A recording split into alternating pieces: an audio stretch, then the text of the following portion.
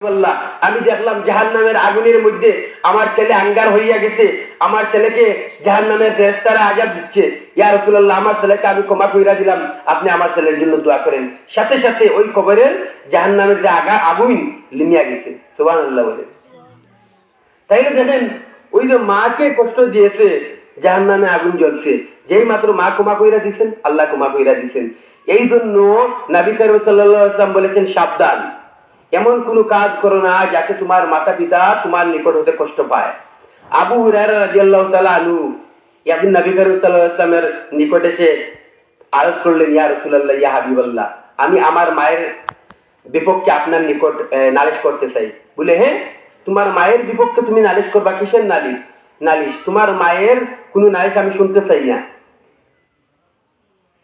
তখন যাই হোক, আবু হুরায়রা রাদিয়াল্লাহু তাআলা আনহু বললেন, ইয়া রাসূলুল্লাহ, আমি তো নালিশ করতে আসি নাই, আমি জাস্ট শুধু এসেছি আমার মায়ের জন্য আপনি একটু দোয়া করেন, যাতে আমার মাকে আল্লাহ তাআলা দ্বীনের প্রতি আনেন।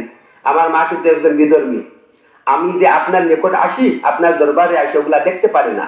আমার মা আমাকে বলে, তুই মুহাম্মদের দরবার ছাড়, নাইলে তোরা আমি ত্যাগ করে ফেলাইনি। এভাবে আমার মা আমাকে নির্যাতন করে। তখন নবী করিম সাল্লাল্লাহু আলাইহি ওয়াসাল্লাম আল্লাহর নিকট হাত তুলে দোয়া করলেন, ইয়া আল্লাহ, আপনি আবু হুরায়রার মাকে দ্বীনের পথে কবুল করুন।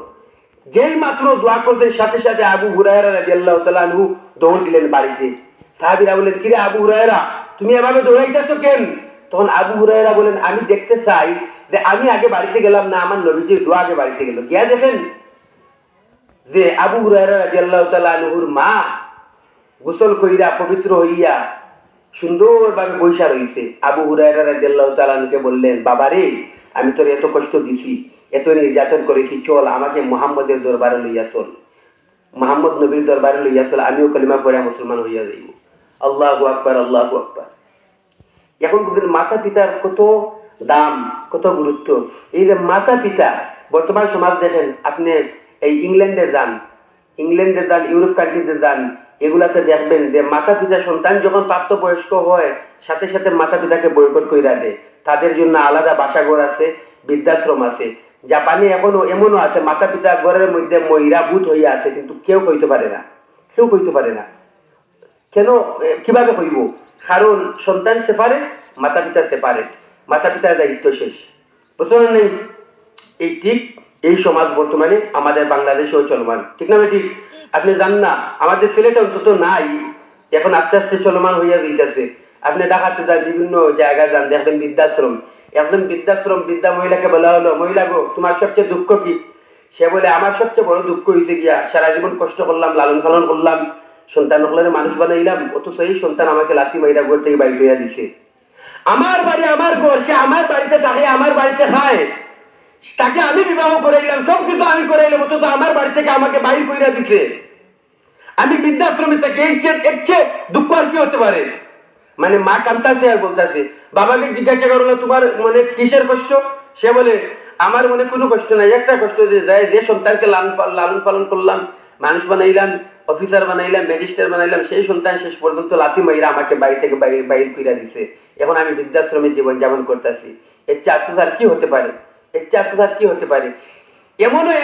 এমনও এলাকা দেখা যায় যেখানে বাবা মরছে, বাইরের সম্পদ লিয়ে টানাটানি।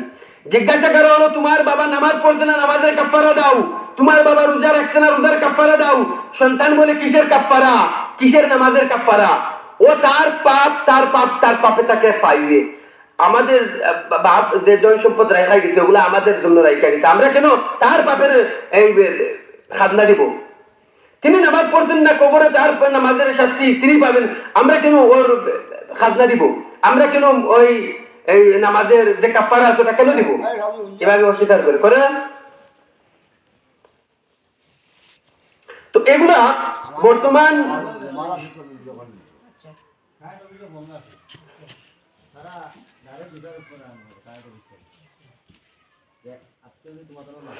এজন্য শুধু সন্তানের তো দায়িত্ব, মাতা পিতার প্রতি ভালোবাসা, মহব্বত, এগুলা থাকতেই হবে। আবার আরেকটা জিনিস নবী করিম সাল্লাল্লাহু আলাইহি ওয়াসাল্লাম বলেছেন, মাতা পিতারও দায়িত্ব আছে।